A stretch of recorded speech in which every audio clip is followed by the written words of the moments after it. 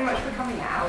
Yes, so some of you, I think all of you will know either me or Safi because we're local, obviously. And yes, I did a talk here last year around this time. So it's really lovely to be back. And I thought I'd just give you like a little rundown of sort of what to expect this evening. So Safi, my good friend, and who's a yoga teacher, we really complement each other well because I talk a lot about medical herbalism and Ayurveda, and yoga is actually the sister science of Ayurveda, so it's a really nice fit. And what we've done in the past is a workshop on the moon cycles and healing, because it's something that we're both really interested in. And it complements each other quite nicely because the moon actually has a direct effect on our gut health, and as Safi knows about the sort of more spiritual side of the moon as well. So it's a nice kind of subject to look at from both angles. So tonight we've got a presentation for you, so we're both going to talk for a little bit and just give you some sort of information, sort of from both of our angles, and then we'll have some Q&A at the end, so any questions, but feel free to ask us questions as we're going along as well. And then what we'll do is we'll have a break at that point, have a cup of tea, and then I've brought some tastings along of some sort of healing foods that I'm going to talk about in the presentation. So I'll hand those around and just explain a little bit about the health benefits of those. And then finally, Safi's going to give us a gorgeous sound bath, which I'm really looking forward to, and possibly some sort of meditation and journaling as well. So it should be a really lovely evening, and I will hand over to Safi to start us off with the presentation. Hello, nice to see you all here. I know some of you are my students already, but nice to meet the rest of you. So I'm Safi. Let me just tell you just a little bit about what I do and myself. So I'm a yoga teacher. I teach yoga and meditation. I'm also a Reiki master healer. And I do the singing bowls and the sound bowls, which I've got behind me here. And I've been teaching for 12 years, practicing yoga for nearly 20. I'm very, very passionate about it because it's helped me personally. I think it's an amazing thing that everybody should have in their life. And this is why I'm so passionate about sharing it with other people. And I hope that my passion comes through when I speak about it, because I'm very, very passionate about it all. So that's kind of my background. I teach a lot in Enfield. I teach in the gyms as well, like David Lloyd's and Nuffield Health, as well as running my own classes. And you've all got my leaflet there, which has just got a little bit of what I do and where some of my regular classes are, and my contact details as well. So if you want to contact me and ask for any more info on what's listed on the other side, because there's quite a few things that I do. There's a whole list of them on the back, so don't forget to look on the back. But if you're interested in any of that and you'd like me to elaborate on it, please feel free to contact me for more information. So we're here today to talk to you about the moon in relation to what we do. My personal yoga practice and meditation practices follow the cycle of the moon. The reason for that is not really that the moon itself is doing anything as such, but it allows us to understand cycles and the fact that we are nature. We are all cyclical beings. We don't all feel in one energy at one time.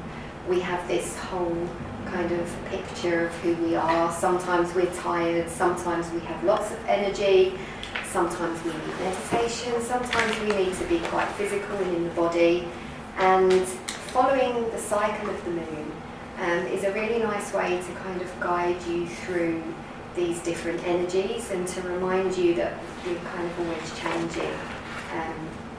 And obviously nature has this innate wisdom. Nature knows about cycles.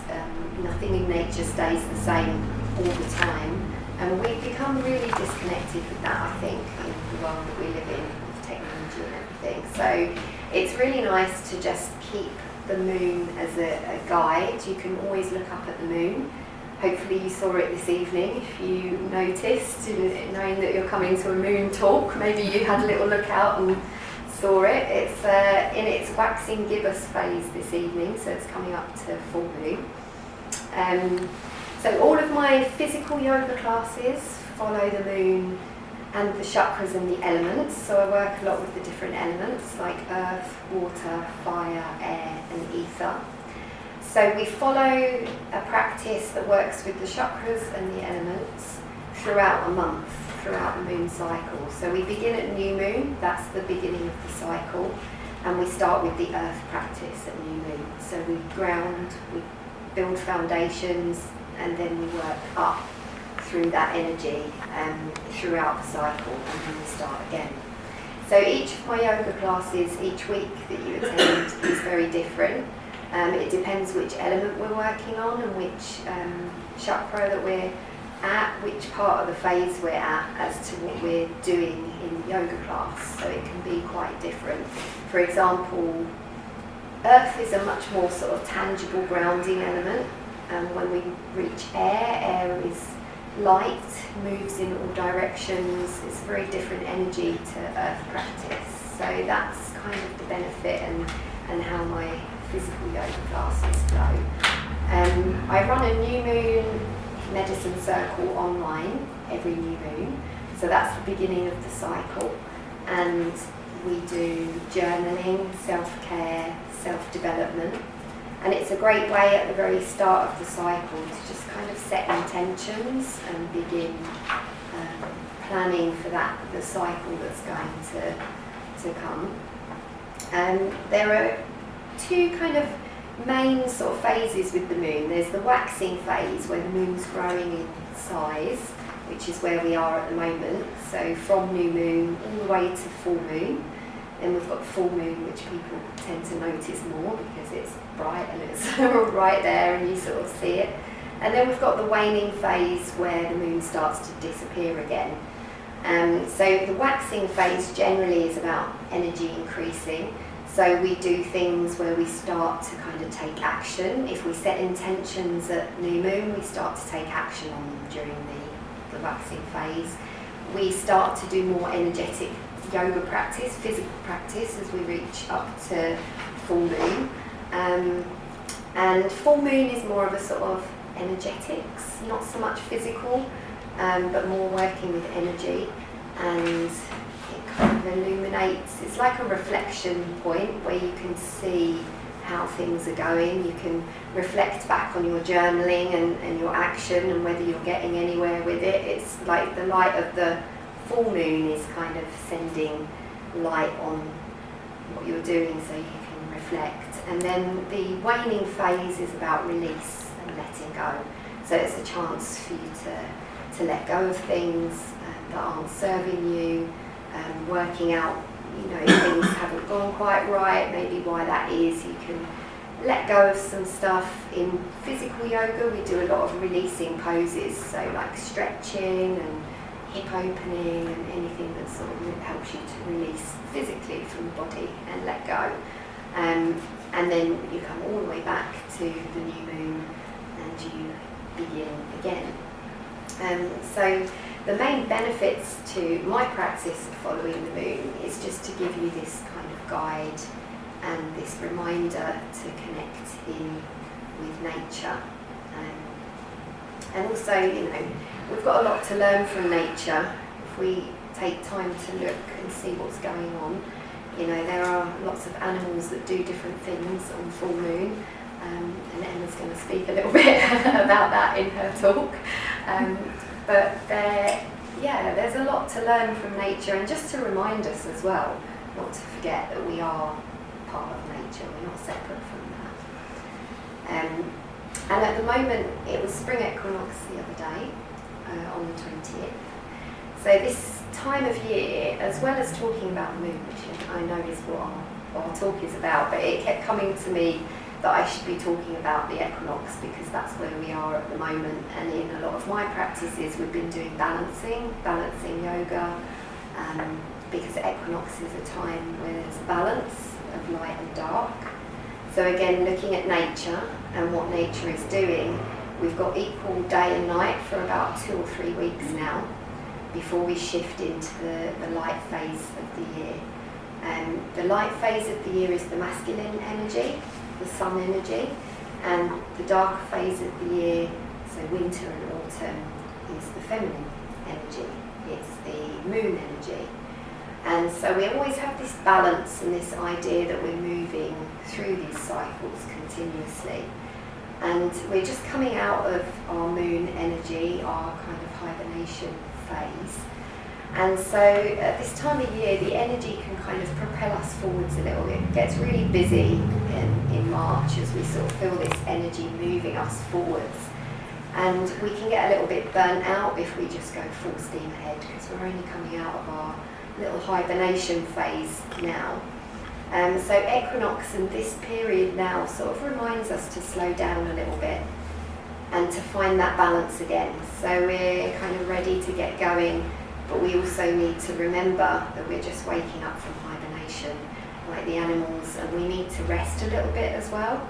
Otherwise it's quite easy to burn out if we kind of go full steam ahead. And the benefit of kind of me talking about equinox is that I realise that although we're talking about the moon, we're actually talking about cycles as well, really, and how that affects our work and how it affects us.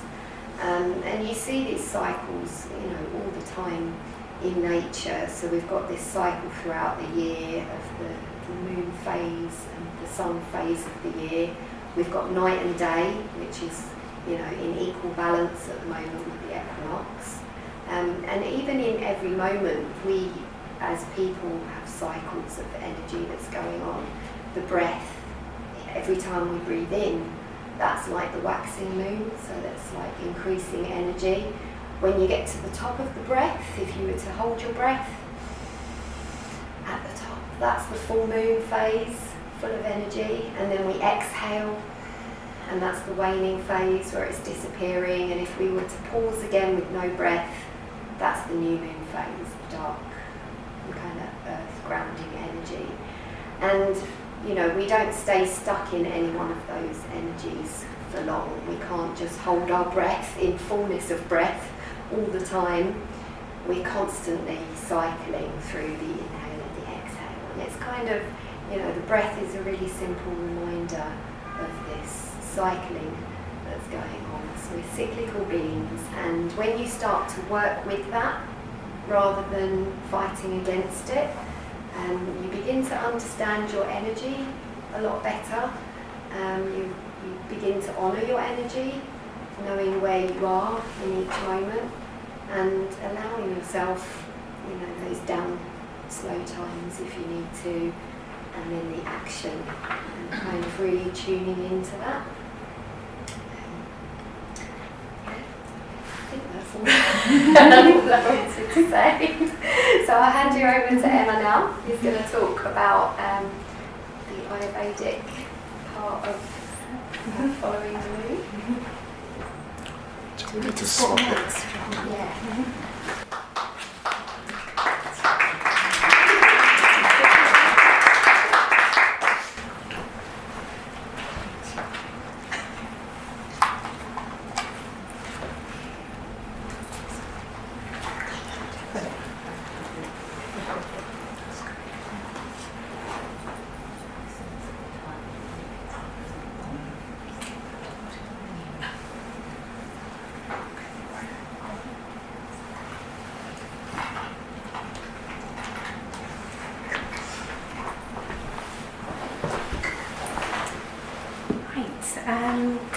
So I wanted to sort of focus on the moon's effect on our physical bodies tonight, and just to introduce myself, so I'm Emma Louise, and I'm a medical herbalist, but I'm also a lawyer, which is obviously like a bit of a weird combination.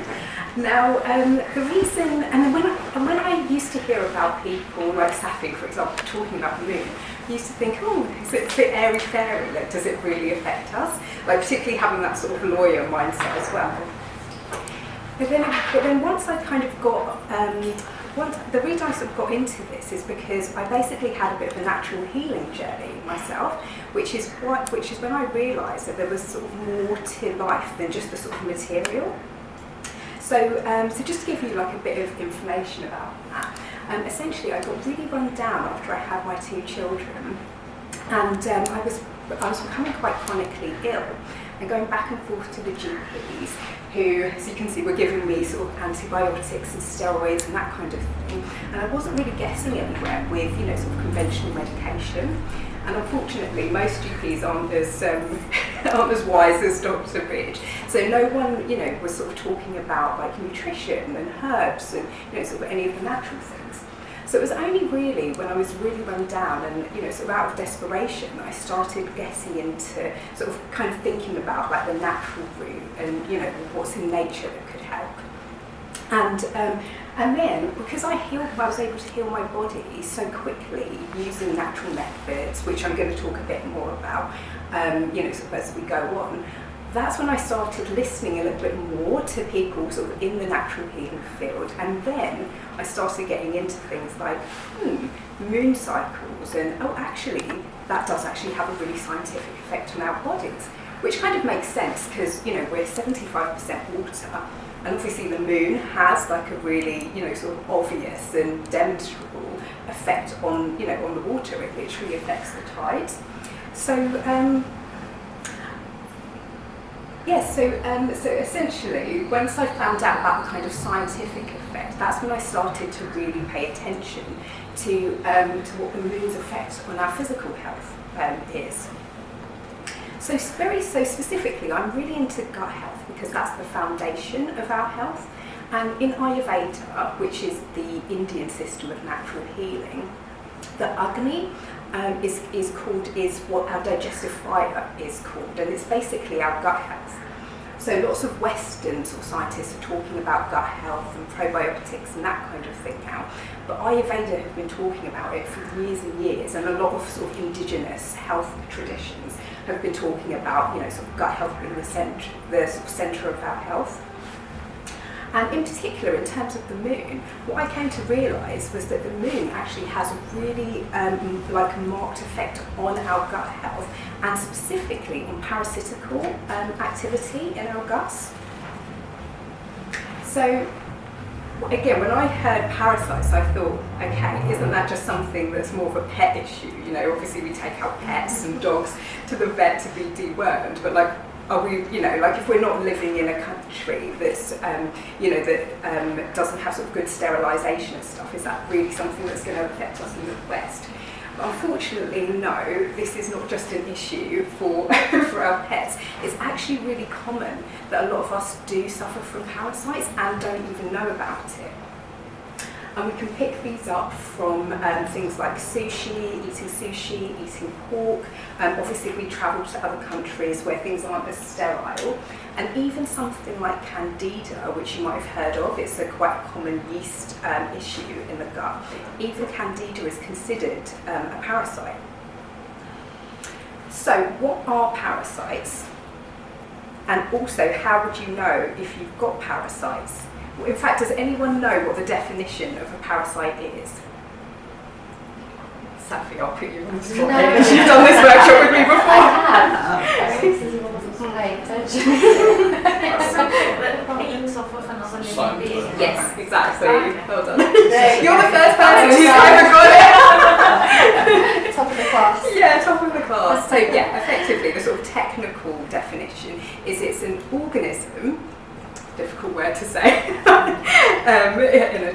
which feeds off of another organism, essentially its host. So essentially a parasite is something that's feeding off of you in this context.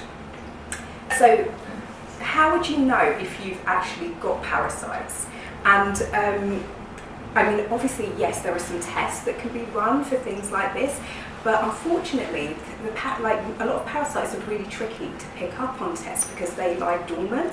So what is actually sometimes a better way of just determining it is to just see whether you've got the symptoms of parasites. And then, as I'll talk about, a lot of the natural remedies are really healing anyway. So even if you just think you have, it wouldn't be a bad idea just to try, sort of taking some of these natural remedies, because they're supportive of optimal health anyway. So one of the big and sort of most obvious issues is gut disturbance. So anything like IBS symptoms, which is obviously a collection of things, because IBS isn't a specific health condition, but more of a collection of symptoms. So, so stuff like feeling, sort of ill and sick after eating, for example, maybe having stomach cramps after eating. Also constipation or diarrhea on the other end would be, would be some sort of gut disturbance. Skin issues and itching, and particularly something like rectal itching, so itching down there would be a really big indicator as well of parasites. Not feeling full even after a big meal, and the reason for that is parasites actually, they not only are they eating the food, like some of the food that you're eating, so again not kind of leading to a feeling of feeling full after eating, but they also interfere with the leptin response in our body, which is what actually makes us feel full after eating. So if you feel like you've eaten a good meal, it's balanced, it's got protein and sort of healthy carbs in, and you're still not feeling full, then that's a symptom in itself. Fatigue and low energy is a common symptom when you're struggling with parasites. Difficulty losing weight. And specifically, and this is where the moon comes into it, if your gut issues tend to get worse around the full moon, so as we're going into a full moon now, if you have these kind of issues, see if they get worse over the next few days and the next week, sort of while the moon is coming into its full stage.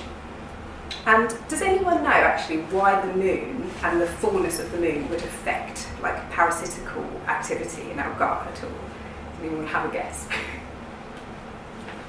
Gravitational pull. What's that? Gravitation? Not quite, but that's a very, it's a good guess. But actually, it's to do with, just take a it's actually to do with the effect that the moon has on the hormone levels in our body. So when the moon's full, we actually have more serotonin and less melatonin. And that's like the worst combination for getting rid of parasites. It's basically like a full moon party in your gut for parasites. So serotonin is a type of neurotransmitter. It's also called the happy hormone, so you've probably heard of it in connection with sort of it being sort of antidepressant, which is true and good. But it's also a neurotransmitter that parasites actually feed on.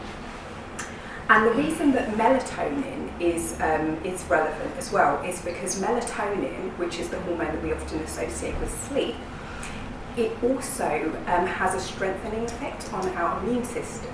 So essentially, the thing that we need to get rid of parasites and to keep us well is lower, and the thing that's feeding them is higher. So it's the perfect condition around the full moon. That explains why lots of people can't sleep around full moon as well. So it's not just the light and the energy of the moon, but your melatonin's actually it's literally. And even if you don't have parasites, there's some evidence that it affects, and I think this would be to do with the water as well. It affects things like bloating in your body, and people do feel, even without parasites, more gut disturbance. So it's having a really tangible effect on our body, and it would explain why we might feel a bit out of sorts around the full moon. So this is why the full moon is actually the best time to do some kind of parasite, or even just a sort of a general gut cleanse. And this is practiced, sort of like as a ritual, in fact, a couple of times a year in indigenous cultures, but just not something that we think of doing in the West, even though we are also affected by these things.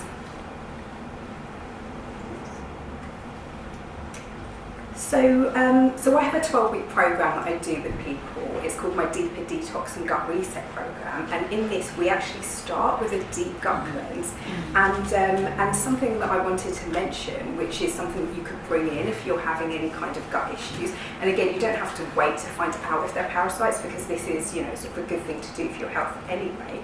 Is to bring in some sort of naturally anti-parasitic ingredients into your diet. So papaya seeds are a natural, like sort of anti-parasite treatment, effectively.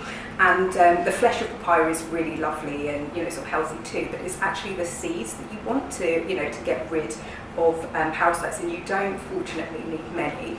Just like even half a teaspoon, you know, sort of maybe even start with 3 or 4, because it is quite strong, and it does have quite a quick effect as well.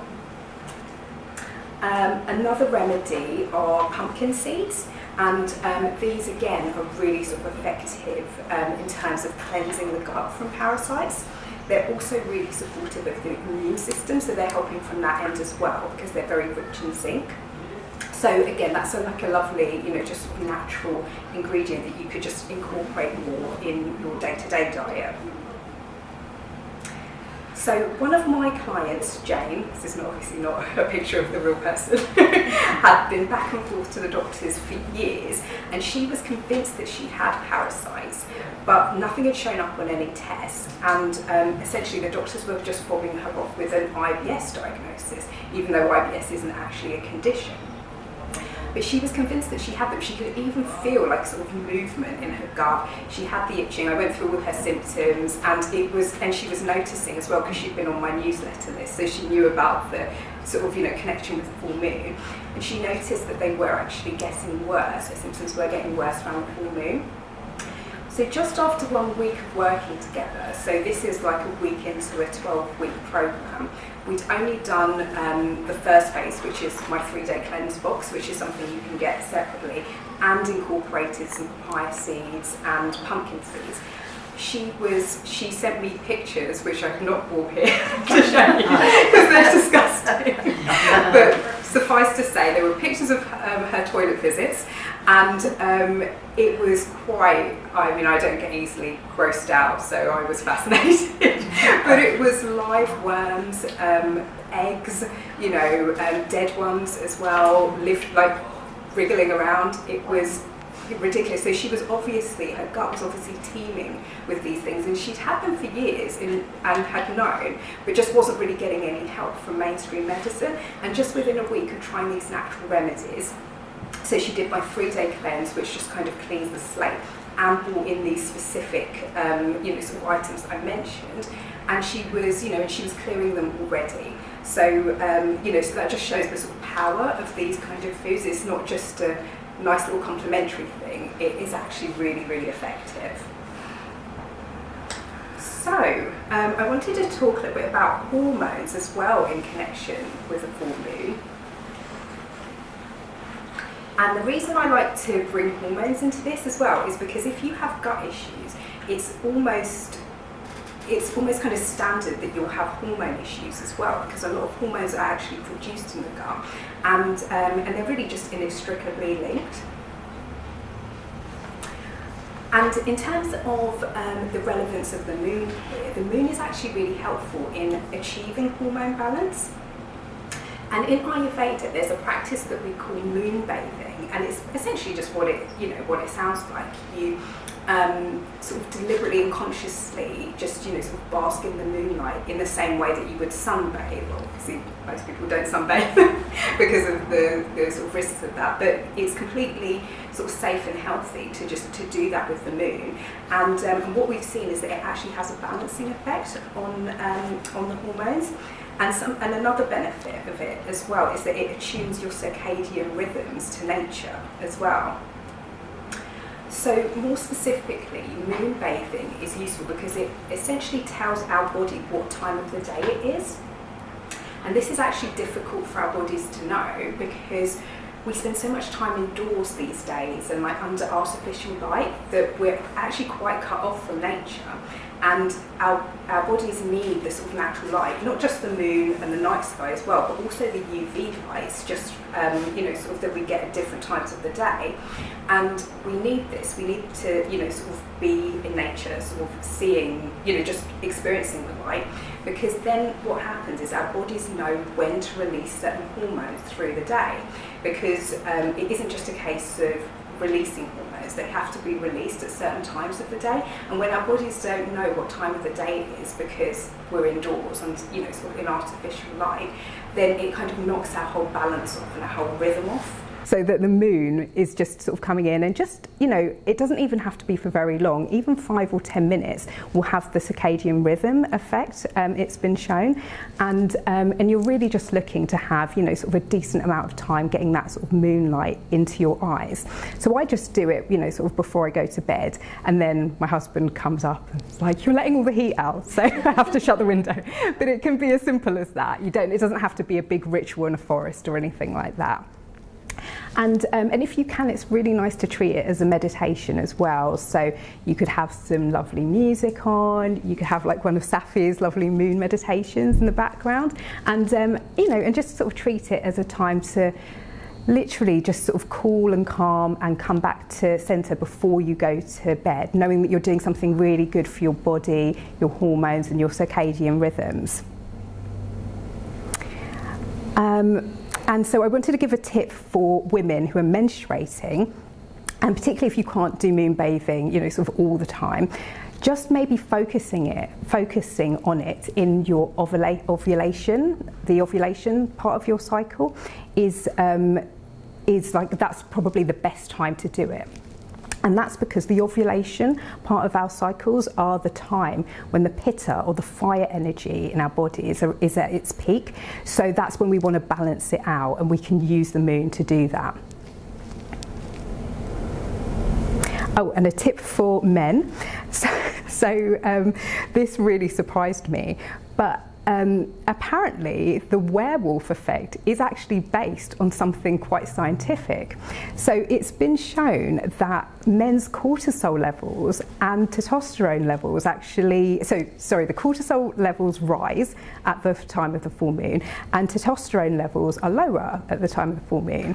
And apparently pretty much everywhere around the world where it's been looked at, crime is higher, particularly violent crime. And it's called the werewolf effect because it's essentially the full moon that's having that effect on their bodies and making them get more aggressive and, sort of more highly strung and stressed. So for men, sort of particularly when it's full moon bathing, but any kind of sort of conscious, sort of breathing exercises. I often feel stronger at night, actually, really a bit strange. Really? Yeah. Oh, that's interesting, yeah. Yeah, at night, yeah, when the moon comes out. Yeah, no, it's so interesting. So I just think there must be studies in male prisons where, behaviour's more likely to go through that. One of the studies was it was from America, I think, off the top of my head. Yeah, because some of the studies are just on crime generally, and like there's a marked, sort of rise in the percentage of crime, and particularly violent crime as well, around that sort of time of the month. And and one of the studies was, I think, in a prison in America where the staff had actually, like the wardens had actually noticed it. So yeah, really interesting. Like very, you can actually, sort of see it, sort of happening.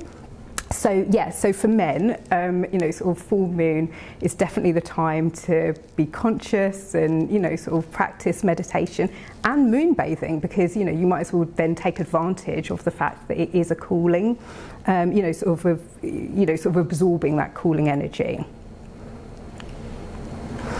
So how are you? So I wanted to just invite you to think about your own health, your own, sort of gut and any issues you might be experiencing. And, sort of like I mentioned before, you don't necessarily have to know that you have, sort of parasites or, sort of anything specific to, sort of bring in these practices like moon bathing, because they're just, sort of useful for all of us really in terms of having a balancing, calming effect. And you know, sort of in terms of gut health, like I think, you know, particularly living in this modern world where we're constantly, you know, we're not constantly, but we eat processed food, there's a lot of stress, you know, sort of just bringing in, you know, sort of supportive natural foods like pumpkin seeds, for example, like papaya, and just making these things like a part of your sort of daily routine is just like, as well as kind of, you know, fighting off anything, you know, that's in us that we don't want to be, it's also just going to have a really good effect at just bringing us into optimal health. And after the break, I've got some papaya and the seeds as well, which are a bit of a tricky one to eat because they're very bitter. I've got some of those to taste, some pumpkin seeds, and also I've brought some of my fermented veggies along, which are also really good for gut health because they've got lots of probiotics in. So we can start tonight by having a taste of all of that. And finally, I wanted to just invite you, if you fancied some, you know, sort of more of a detailed chat about this, to book a free health session with me if you'd like to. And every time I give a workshop like this, I open my diary up for about 2 weeks. And if you wanted to have like an hour discussing any issues that you're experiencing, then I'll be sending a link out tomorrow, so you can just pop your email down on the piece of paper I've left out. And I'll send a calendar link and you can book in over the next couple of weeks if you wanted to have like a one-to-one with me. And I think that's it. Oh yes, if you wanted a copy of the notes as well, because I've made the slides quite detailed, then also put your name on the list and I'm going to try and email them out next week. That's it from me. Thank you.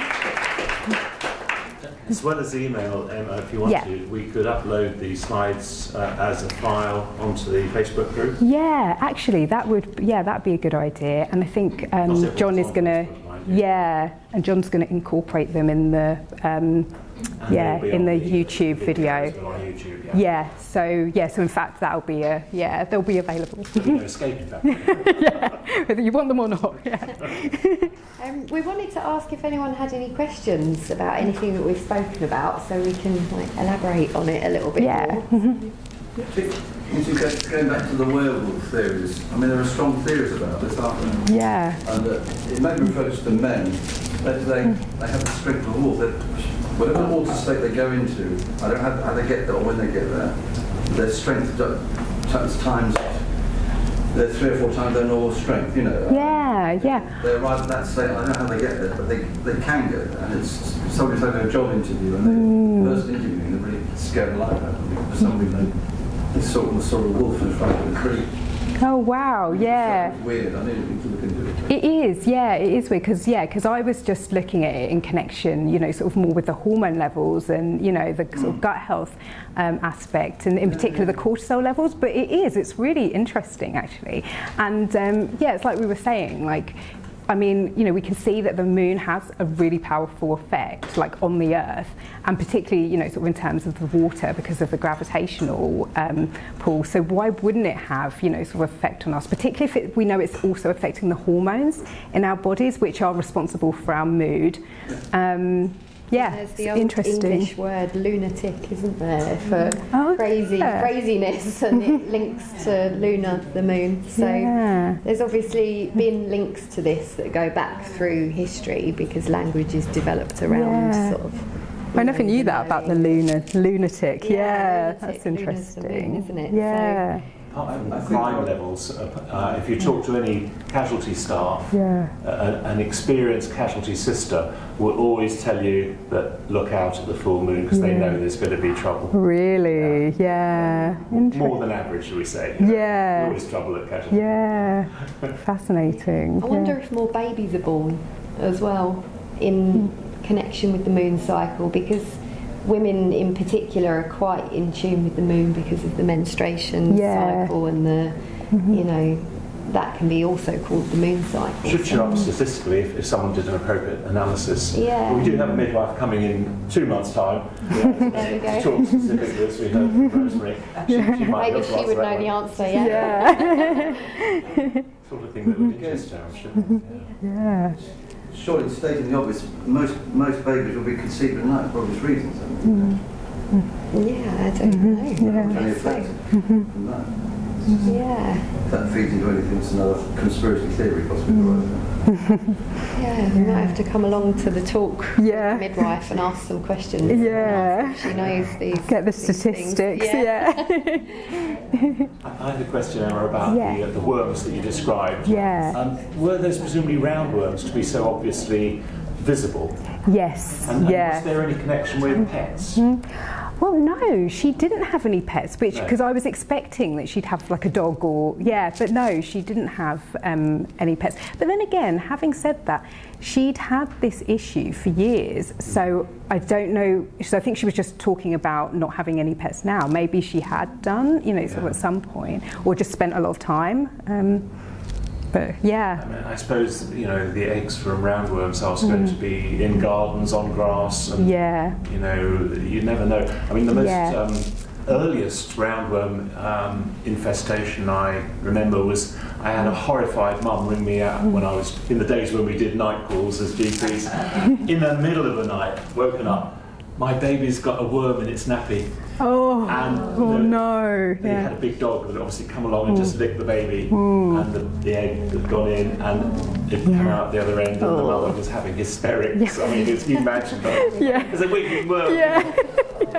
It's quite traumatic actually. So is that easy, to pick them up? Yes, it is. Yeah, I think people don't realise it, but in indigenous cultures, like I was saying, they as standard, a couple of times a year, will do a parasite cleanse. Sort of using all this stuff. Oh, and I meant to mention, wormwood is another really effective treatment for sort of gut cleansing and parasites in particular. Yeah. It sounds like it's good practice just to do it sort of sporadically anyway, whether you think you have them or not. Exactly, In Ayurveda, you cleanse, you're supposed to cleanse at least in spring and autumn. Those are considered the sort of best times for around the cleanse. Yes. Which is interesting. Yeah, exactly. Balance time, rebalance. Is that a 3-day one you're talking about? Yeah, so 12-week one. Yeah, I mean, you can do them anytime really, but and it's funny. I always get a real uptake with because I offer them every season, but I always get a big uptake at spring with my 3-day cleanse in particular, and the 12-week program, because I think everyone just naturally feels the energy of wanting to spring clean, don't they? Whether you're decluttering, I've been decluttering this week. And it's just, it's like there's something in the air, isn't there, at this time of year? Beginning of a new phase, a new cycle. Exactly, I was just going to ask IBS, and what about ulcerative colitis and Crohn's disease? Yeah. Because I see quite a lot of people, I don't know what is IBS anymore now, because it just goes over to the other side and then back again. Yeah. And the traditional medicine, obviously, they are on so many drugs and things. So I wonder what is going on. So would that something like that would help? Yeah, so Crohn's and UC, they're considered inflammatory bowel disease. They're a bit different from a specific parasitical sort of infestation, but some of the same things are actually helpful with those particular conditions. But in Ayurveda, there's a specific protocol for something like Crohn's. You start with pretty much like a fruit fast, so it's very, very gentle on the body. And then there are some sort of specific herbs that you bring in that are, again, quite gentle because the gut is really inflamed.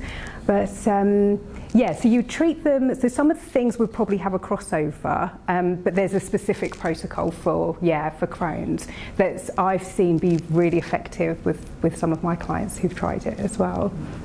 But I can give you some more information afterwards if you want. Because I know somebody who went to India to have treatment. Medicine here, traditional medicine, IV therapy, and but they couldn't hack out the dietary discipline. And having to take all the herbs and things, so it in the it sort of was. So I suppose the person has to be also in the mind ready for it. Because with Crohn's, you'd want to do a cleanse to really sort of calm inflammation in the body, like with one of my clients, we just did a really simple, like it was mainly fruit but also vegetables, but like well cooked vegetables for like a good couple of weeks, just to kind of calm everything in the body.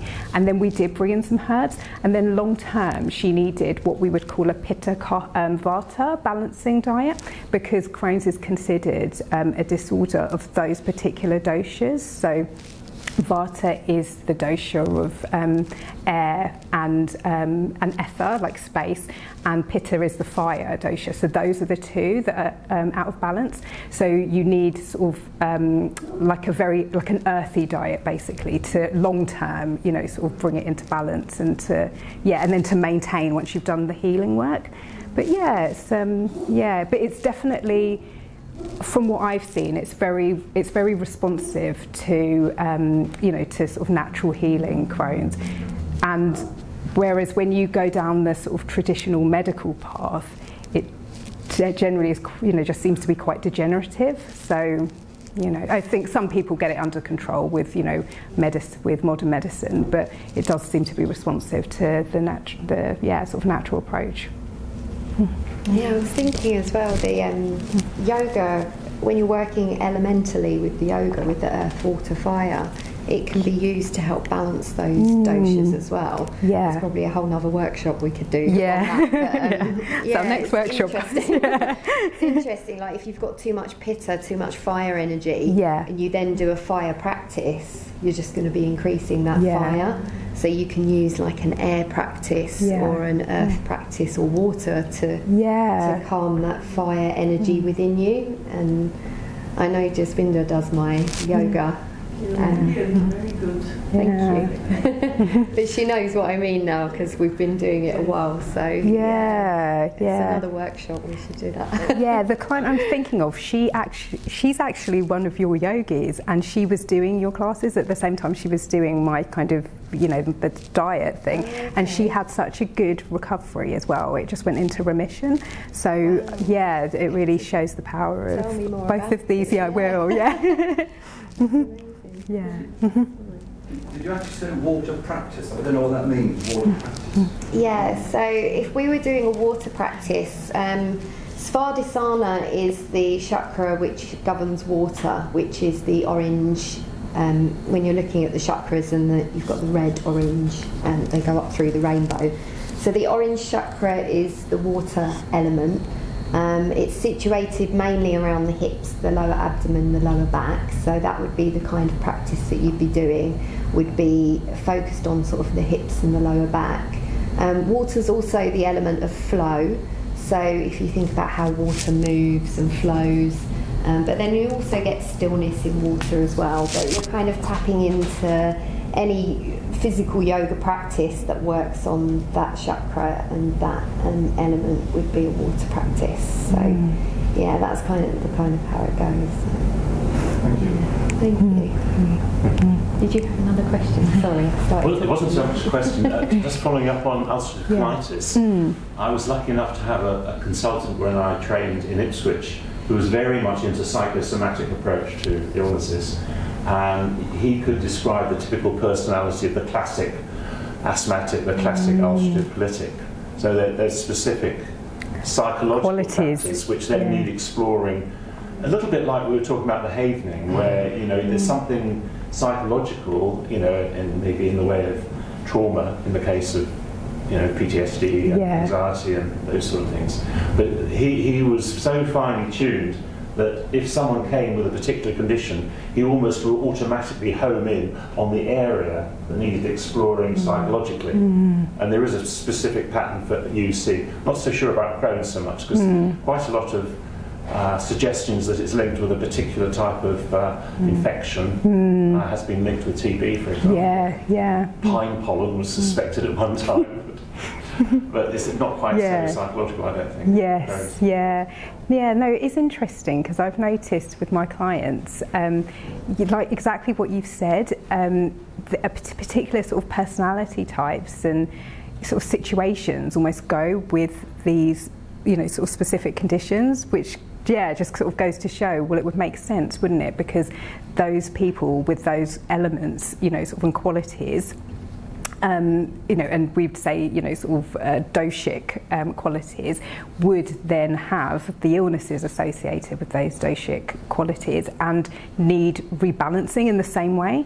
So it's really fascinating. Yeah, I see what you mean now, because the air, the vata, tend to suffer with anxiety type things, don't they? Yeah. Because it's more in your head and you're more not so grounded. Yeah, exactly. So. Yeah, and even stuff like sort of itchy skin and stuff, that's a real sort of vata, like dry, itchy skin, it's a real kind of vata issue. Yeah.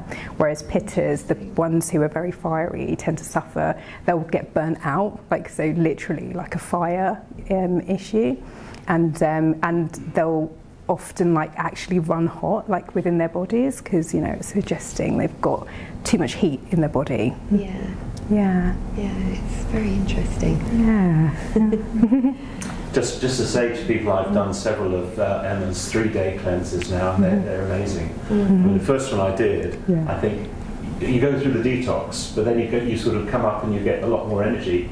But also, there's just 3 days you get weight loss as well. So it's win-win, isn't it? Yeah, thanks, Tim. Yeah. It's I love it. I do it every season myself, and people have given such amazing testimonials, like sort of lots of things that they didn't think it was going to help with, so it's helped with, and also it's nice because it just gives you, because it's all very well kind of bringing in herbs.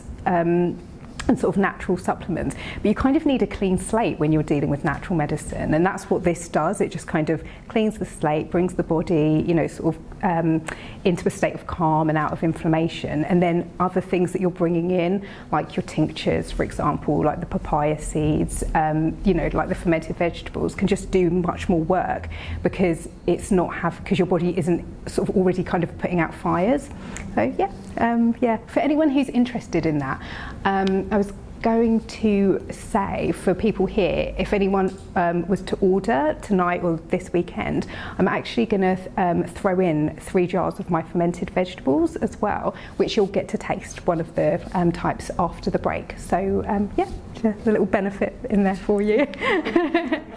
They are nice as well. They are nice, yeah. And I've also done your cleanses, so they're very good. Yeah. One other question, would it affect anybody with diabetes or anything like that? What was that? Sorry, could you If somebody had diabetes and they wanted to do your 3-day detox, would that affect them? Oh no, it's I mean it's a very it's not a high calorie thing. There's no sugar in there, no sort of refined sugar at all.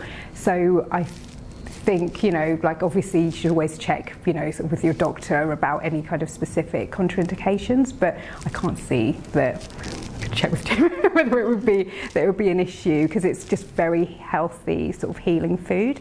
There's one herb that I give you called slippery elm, and I just say don't take that at this, sort of within about half an hour of taking any medication, because it has like a sort of binding and sort of cleansing effect, sort of through the sort of digestive tract. So you don't want it to kind of bind to any medication you're taking for it to not be absorbed. But other than that, it's food based, sort of food and gentle herbs based. Traditional medicine as well as Oh yeah, and you don't have to come off of anything like any other kind of natural supplements that you'd be taking. In fact, it would, if anything, it would improve the efficacy probably, because again, just that sort of clean slate idea. Would you differentiate between insulin dependence, diabetics, and non? No, I don't think it would, because it's just a food-based cleanse. It shouldn't have any impact with less calories if you've got a balance with your insulin. You might find you have too much insulin, I suppose. Oh no, sorry, I see what you mean. Yeah, it's not like a fast, so it's not something where you're going to be putting yourself in a sort of a fasted state or anything like that. It's actually meals. So you get to eat something called khichdi, which is an Ayurvedic dish, sort of made according to like my plant-based recipes. So, and you get a porridge or a smoothie in the mornings. So you're having 3 meals. It's not like a juice cleanse or something where you're having, just a few hundred calories like in the day. Extra bananas and things. You can have extra. You can bring in nuts and you can bring in nuts and seeds, particularly pumpkin seeds. Yeah, you can bring in fruit and avocado as well. But yeah, all the instructions are given. So yeah, I think it will be fine. Is it tea time? Yeah, time for tea. Yeah. Okay, so Safi's just coming around with a couple of things for you to try. So on that tray there, we've got cucumber and mint kraut. So that's one of our handmade fermented veggies, and it's a nice one because it just tends to be something that everyone tends to like. Unlike something like maybe kimchi, which can be a bit more of an acquired taste because it's a bit spicy. There's also some pumpkin seeds on there, so I thought I'd bring some pumpkin seeds along as well, since we mentioned them in connection with gut healing. But I just wondered, does anyone make their own fermented vegetables out of interest? No? Oh, yeah. Oh, yeah. Polish lady there, of course. But I don't know if anyone was here for my last talk, because I actually did a fermented vegetable demo. And I think, I'm just trying to think what I was making. I think it was a turmeric kraut that I was making then. But as you probably noticed if you were here, it was actually really simple to make these kind of things. You really just need, like at a very basic level, just cabbage and salt. And then literally you're just kind of, sort of chopping up the cabbage, adding the salt, because the salt is what's preserving it while it's fermenting.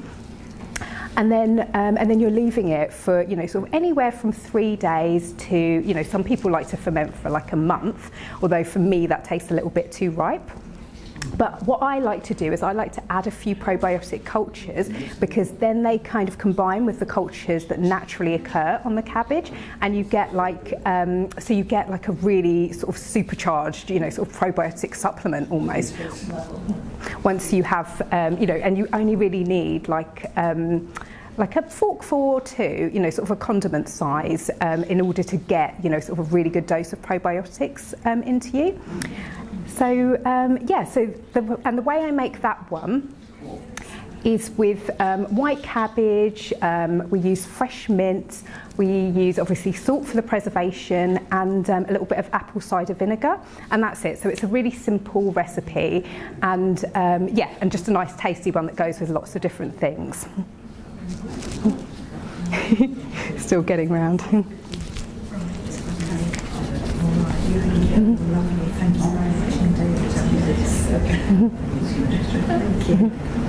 Has everyone managed to have a try? I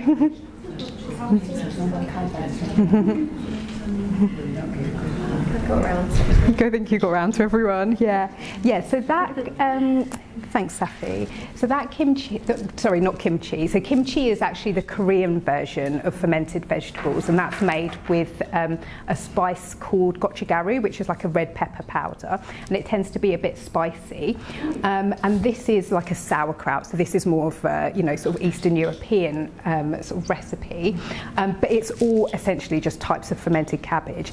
And interestingly, when they look at studies of people around the world who live longest, the cultures who seem to live the longest always seem to have like lots of fermented vegetables and fermented food in their diet generally, which would make sense because what you're doing when you're eating fermented vegetables is you're taking in sort of natural probiotics, which is essentially the foundation of your immune system. So from an Ayurvedic perspective, you're kind of stimulating your Agni, the digestive fire, and what those probiotics are doing are basically cleansing your gut of bad bacteria, which is what causes illness.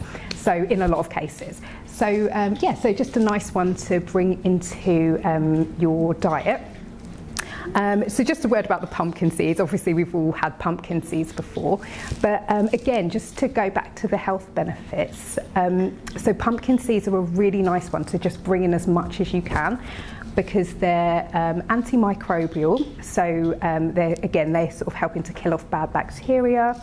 They're anti-parasitical, so again they're helping to sort of clear the guts of any possible parasites, and they're also really high in zinc, which is really supportive of the immune system, and something that we want to be getting lots of, particularly sort of with long COVID and things.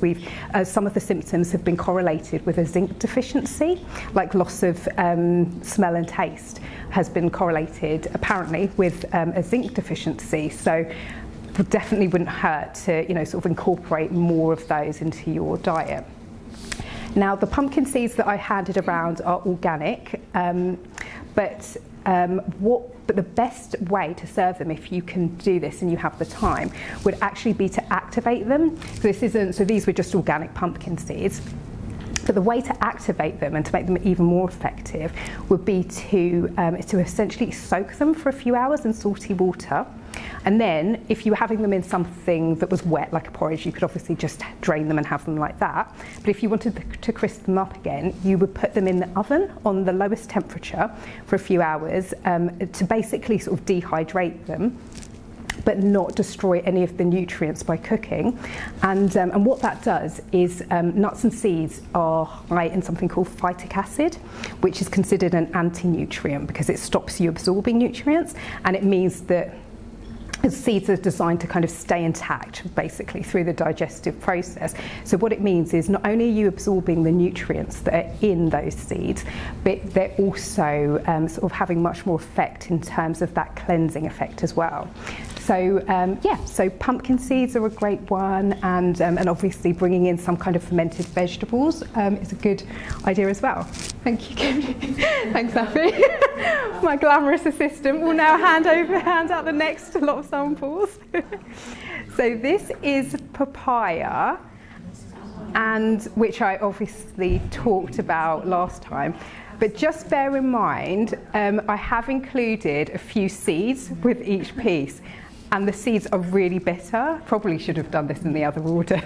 Or maybe eat the seeds and then eat the flesh. The seeds are quite spicy, aren't they? Yeah, they're a bit peppery, they're very bitter, very strong.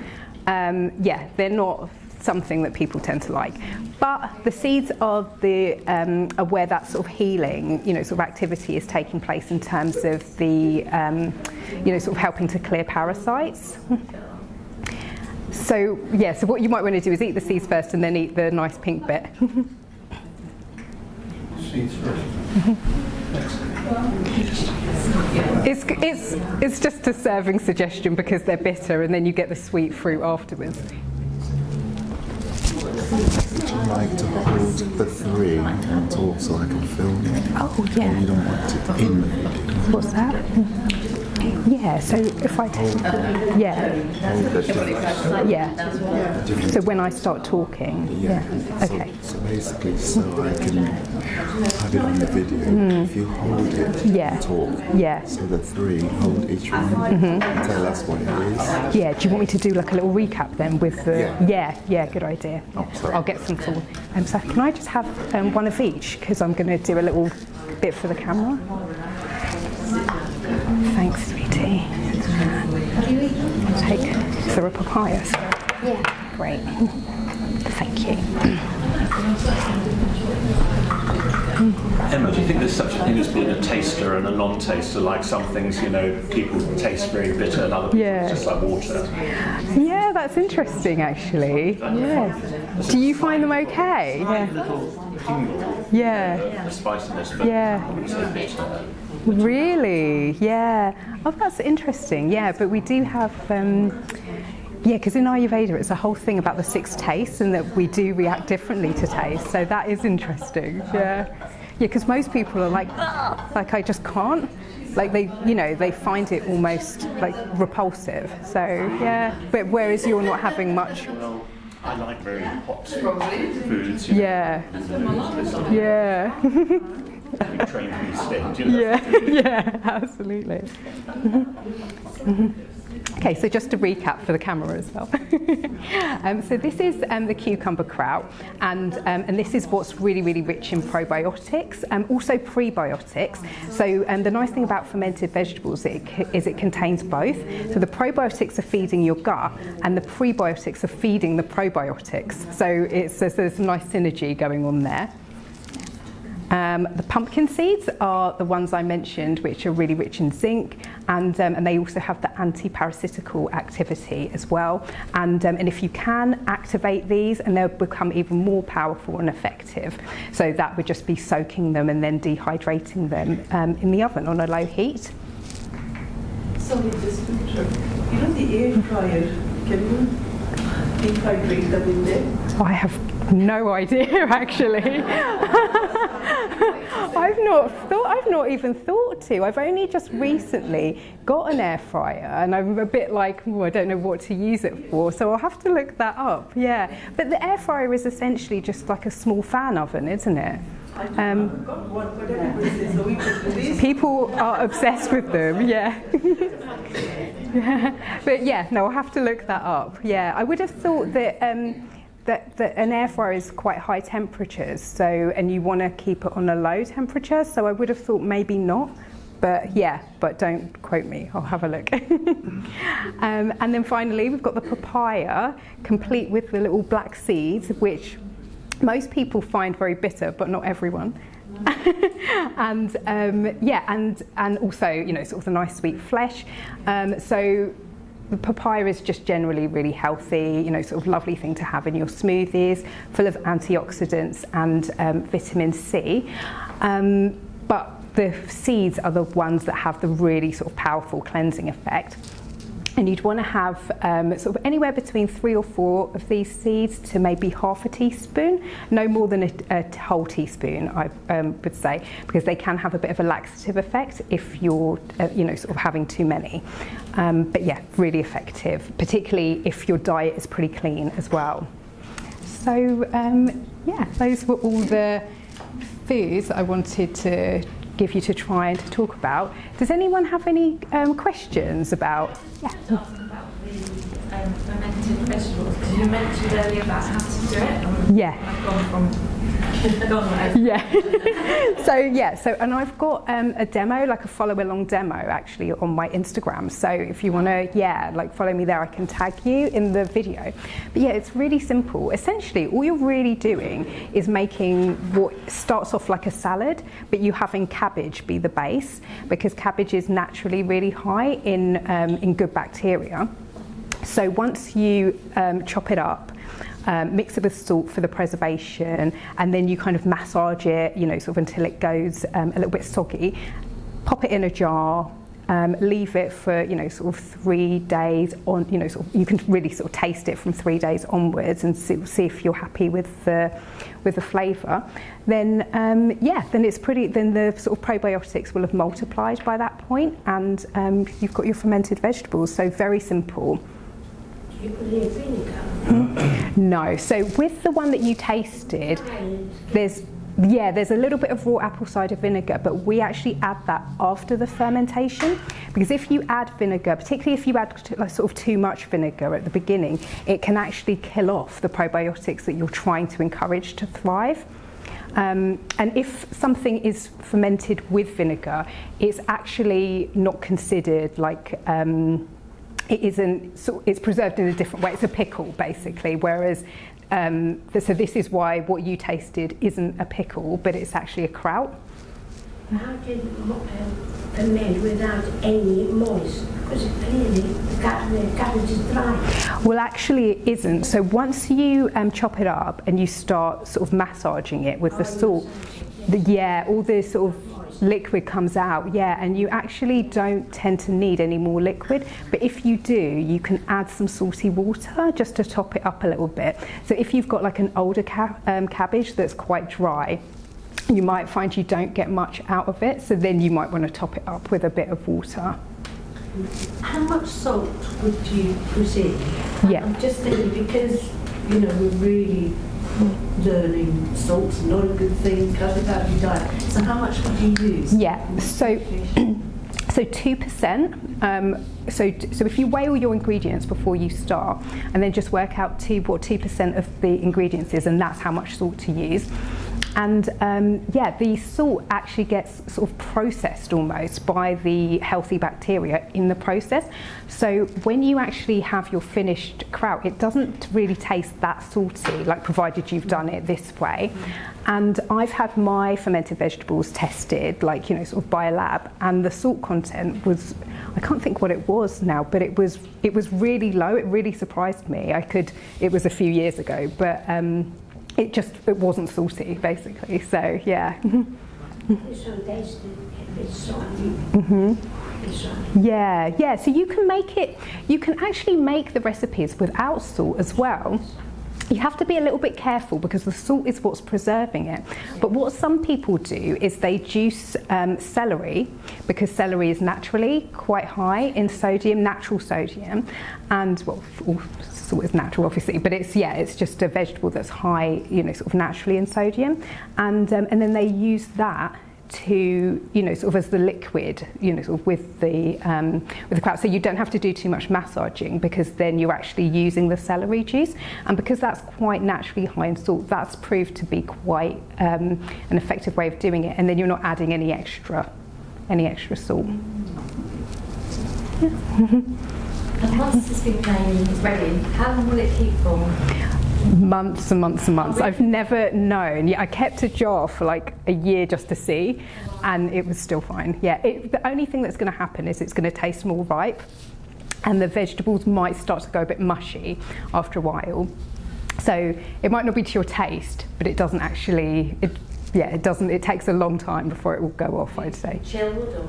Yeah, so it does need to be kept. So once you're happy with the taste, then transfer it to the fridge. Yeah, and what that does is it just slows the fermentation process down. Any other questions? Yes, of course. Yeah. Good. So we're going to do a little bit of journaling because I wanted you to sort of see the benefits of it. We do it in my new moon online meditations quite a lot, because it's good to journal at new moon because we're setting intentions, and then we also do it sometimes in my monthly sound bath sessions as well, depending on what the intention is. And there would be different journaling points that you would do throughout the different phases of the moon. But as I said before, I was getting called more to speak about balance at the moment. So the journaling questions that we've got are focused around balance for you this evening. So Emma's giving you all a piece of paper, but I've also got some things for you to lean on, because I thought it through. Because I've done that before, given people pieces of paper and they've got nothing to lean on, so I'm going to give you... no, it's fine, you can write on it however you want to. Did you want to join in as well? Let's pass some of these around for you. You can lean on it.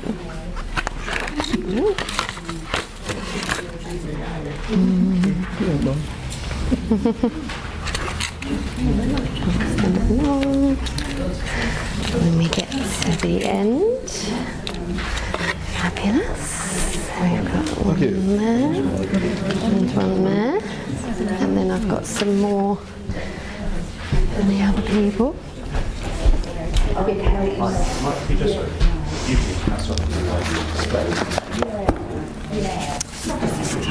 So some of the benefits of journaling, if you've never experienced it or you've never tried to journal before, it really helps you to kind of draw out from your mind, your subconscious, what's going on a bit of a deeper level. It seems very simple, but it's not something that we often do unless you keep a diary and you're quite used to lean on it if you're doing any. Do you want to do some? I've got my cat. So yeah, if you're not used to writing about things, it kind of helps you to go a little bit deeper into what's going on for you. It can be quite insightful. If you journal often, and we do, monthly on my new moon sessions, we journal often, you start to see patterns and behaviours coming up again and again and again. You start to notice that a lot of the things that you think are problems usually just come back to the same few issues. And you start to sort of understand what comes up over and over and over, which is quite useful. Then you can obviously work on it from a point of sort of understanding yourself a little bit better. And then sometimes we do like action points and things. It depends sort of where we're going with it. So I'm going to give you the journaling points that you have for, if I can find them, for balance. So your first question, you can write the question if it helps you, is what does balance mean to you in this moment? So what does balance mean to you personally in this moment? So you can write it down, and then usually we time it as well a little bit, so you keep writing for a certain amount of time. So what does balance mean to you in this moment?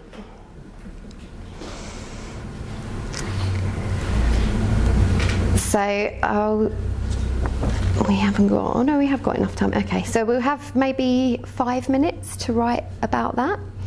So if you don't have anything to write, you can write bullet points, doesn't have to be sentences, whatever comes to mind. And actually the practice of continuous writing is quite good, because usually the more sort of superficial things come out at first, the more obvious things. And then if you continue to write, you go a little bit deeper into what's underneath that. So what does balance mean to you in this moment? And we'll have 5 minutes.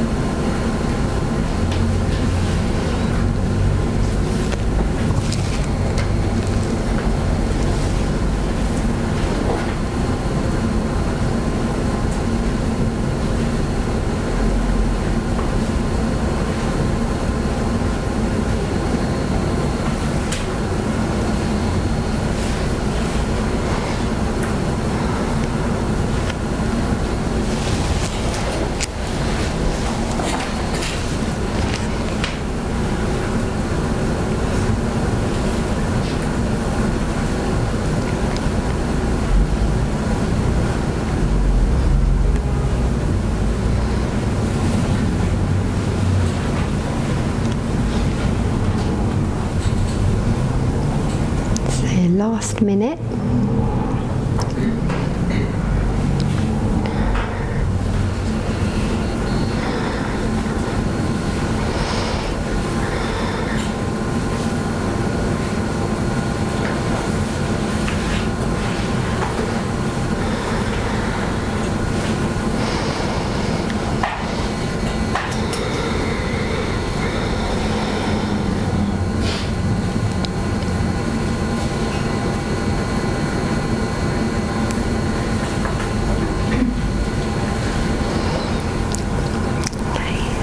just finishing up what you're writing now.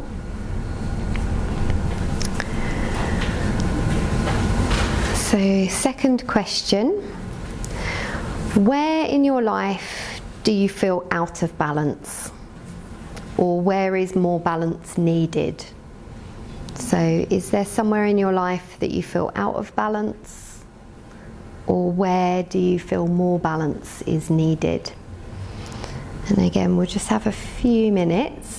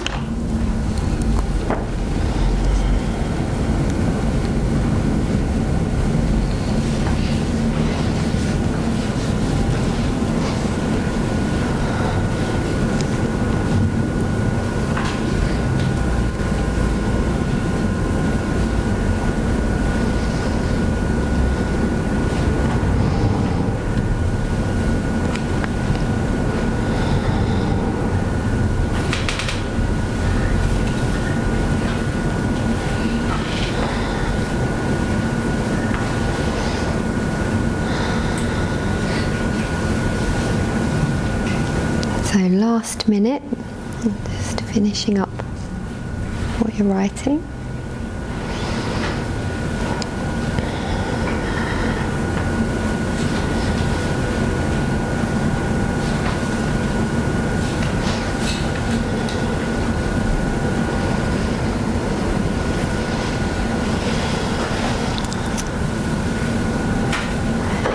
Okay, so coming to an end now with this piece.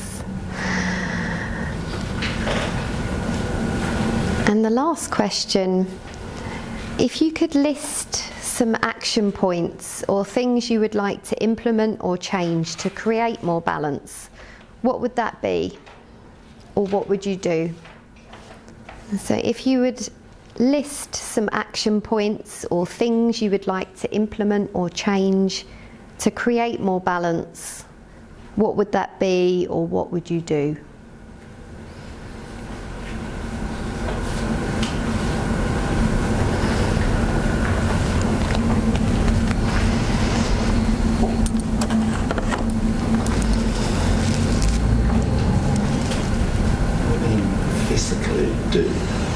Yeah, so it can be physical. I mean, it depends on where you feel you need balance. So yeah, it's quite personal, just, you know, whatever you feel that you would need to create that balance if you feel there's an imbalance.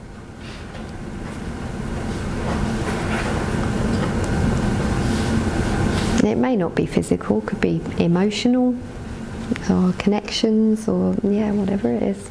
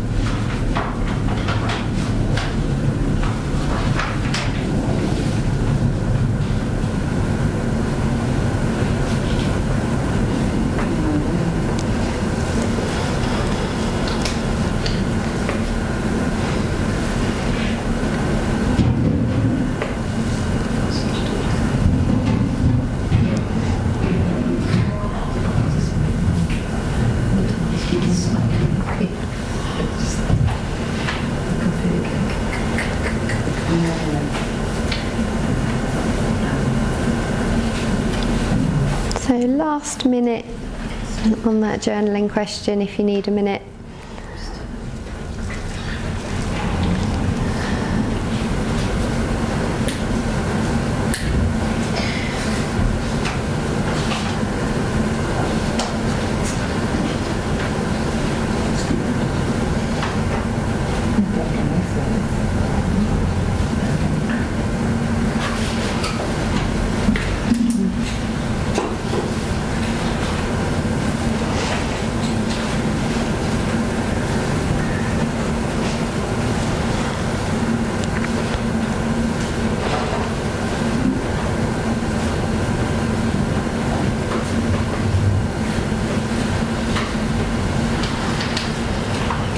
So just coming to an end of your writing.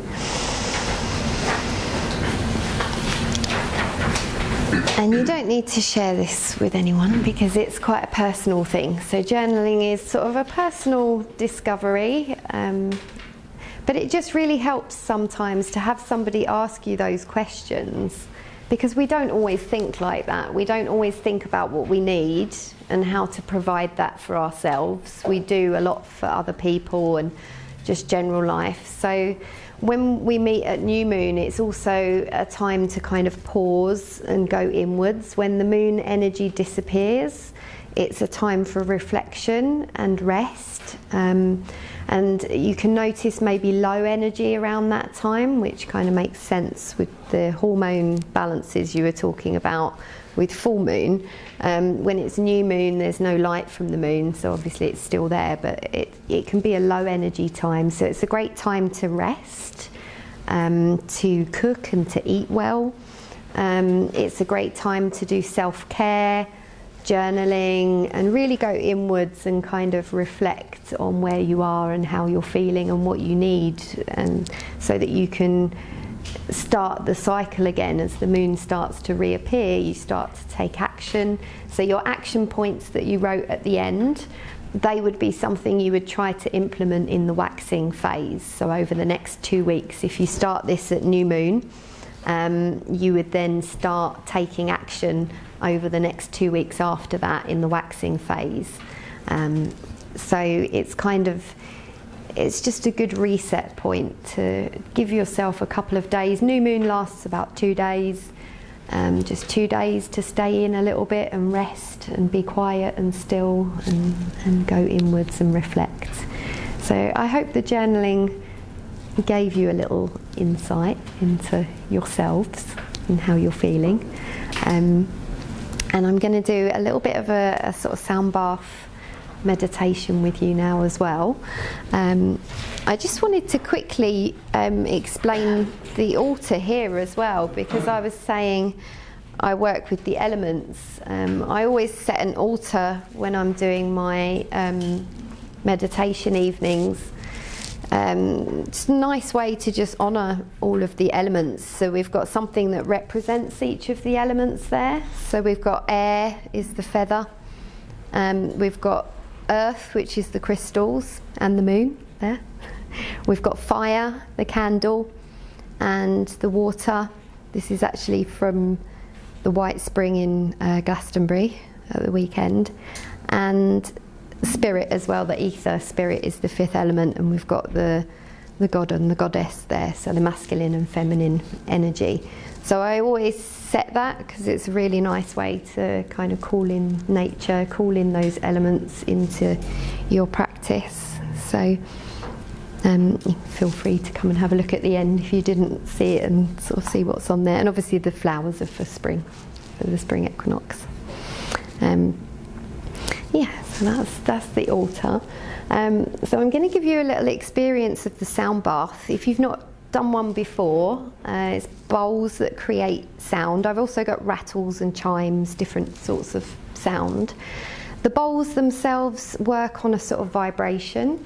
They create vibrational energy, sound waves that affect your brain in a certain way, so they can take you into theta healing brain waves like you would in meditation, which is very healing and sort of deeply relaxing. Great for reducing stress, you know, feeling like you've gone into that sort of meditation space. When I do a sound bath evening, you would actually lay down for the sound bath, so it's quite relaxing as well, but obviously today would be seated. You can experience it seated. So lots of benefits with the vibration and the sound, and then I also offer one-to-one treatments, which are more like having a kind of massage. So the master bowl, let me just grab that to show you. So this is the master bowl. So this bowl can actually go on the body. Yeah, we can do it over there. So yeah, I'll just introduce you to the instruments. So this is the master bowl, which can go on the body.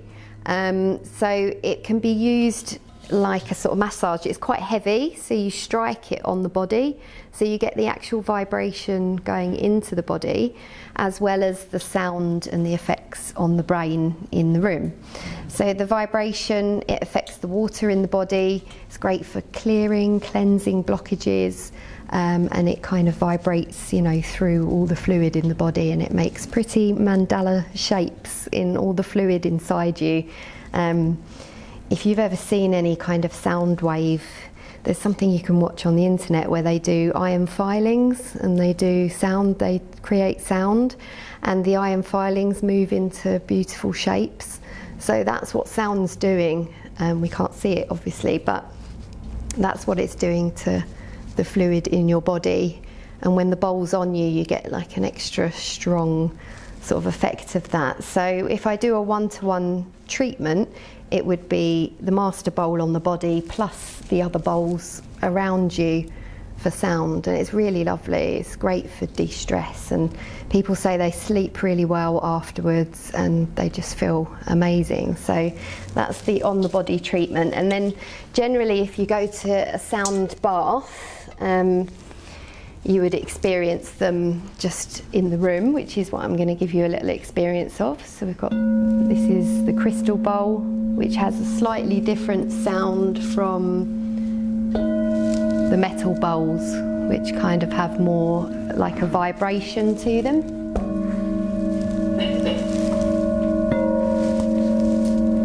And obviously the chimes and the rattles create different sound as well.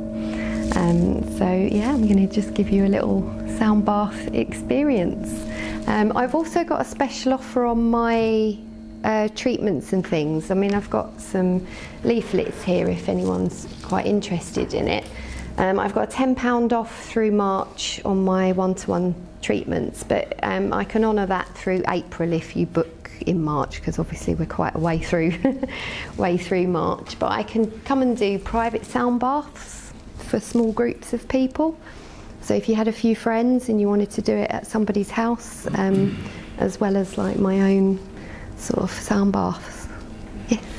In theory, could you put a radio on your stomach, classical music, and vibrations go through in that way? Yeah, in theory, vibration is vibration, isn't it? So yeah, in theory, you could, any kind of music, sound. I mean, music's very healing. They use it a lot with dementia patients now because it accesses different parts of the brain, which actually helps with their memory. So what you would be doing would be neutral. I don't think you've got different gongs, so different ranges. Different sounds, yeah. You go crazy about rock music, and then you go classical, and it all comes in. Yeah. Yeah, I mean it does, and you notice if you listen to different types of music, it does affect you. Yeah. On the body, yeah. Yeah, well you could do, yeah, you could definitely put it on the body and see what effect that has, yeah. Professor Emoto, in one of the books I got of his, there's 2 CDs, and it's all classical, mind you, but he's linked particular symphonies and particular types of music, classical, to particular moods and particular healing modalities. Yeah. Very interesting. Yeah, there is a lot of research into using sound for healing. It's fairly new thing, so I don't think there's an awful lot of research on it, but it's definitely getting more popular, and mainly it's just the benefits that people feel Because if you do something and it feels good, you know it's doing something, don't you? So you have to kind of experience it, which is why I wanted to bring it and show you. So yeah. How about an acoustic guitar, having an acoustic guitar sitting on your chest? On your chest, yeah. I started Definitely. learning guitar 2.5 years ago, nearly 3 years ago. I've always feel different. When I started, if I'm feeling low, all I have to remember is pick up the acoustic guitar. As soon as I Play for a start bit. playing it takes me a minute, 2 minutes. You know, I'm in a different place, a happy place. Yeah, definitely. I mean, music is so powerful. I'm very passionate about it. And yeah, the vibration, there is something in that vibration and the sound waves, the way that they move, and you know, it's a like a audio acoustic effect, but also a vibrational effect on the body. So you get the two things. So yeah, so let's have a go then, if you're happy to experience it. Should we turn the lights Do you want them both down? on? Or? Yeah, go on, go for it. Let's go. Full dark.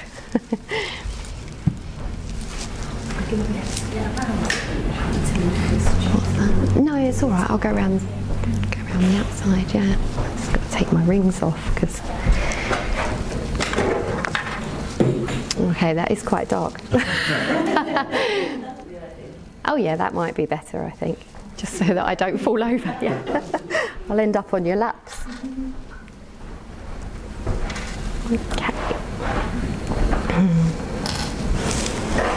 So we'll take a moment just to make yourselves feel comfortable, just finding a comfortable position. So I'm going to walk around a little bit with a couple of the instruments so that you get to sort of feel it, but I'm also going to play them at the back. So take a moment just to close your eyes. Take a few deep breaths through the nose.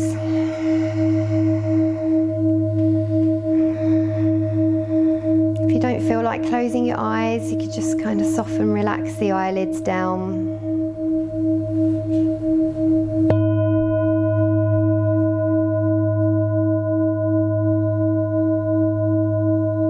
And just listening to the sounds. And when we do a sound bath, all sounds are included as well, so you may hear other sounds outside, and you begin to notice that all sound is energy. So the sounds, they appear, they reach a point, a peak, and then they disappear and they go. So again, they have this cycle of energy. You become the still point, and the sounds just come and go, and you just experience them.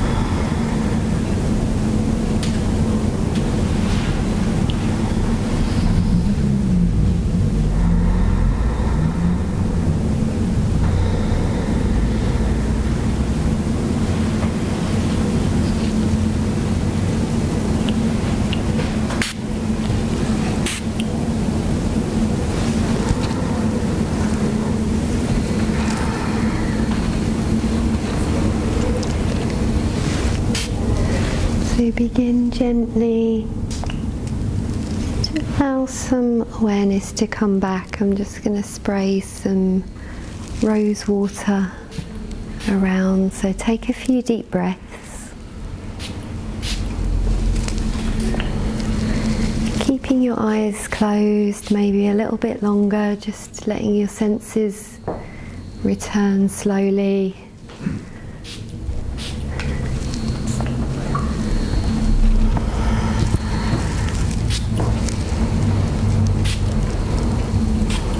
We always leave a little period of silence afterwards as well, just to let the sound settle.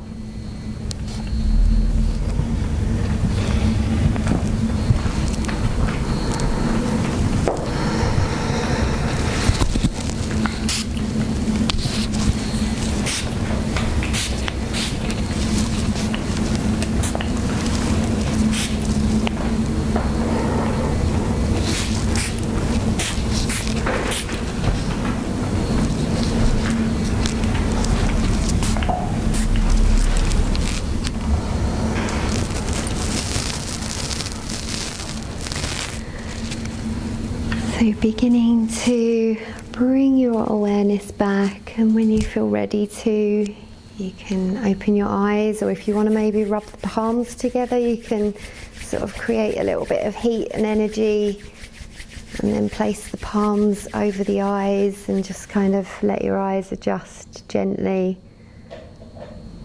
blinking into the space until your eyes are open comfortably. And you're back in the room. Is everybody okay? A little bit of aftercare. The bowls can make you quite thirsty. I don't know why that is, but you can feel quite dry in the mouth and quite thirsty. So it's a good idea to drink lots of water, herbal tea. You know, it is a healing and cleansing modality, so there may be a bit of sort of flushing out, and it's affecting the water in the body. So some people need the loo quite a lot, and you know, you feel that need to sort of drink lots of water.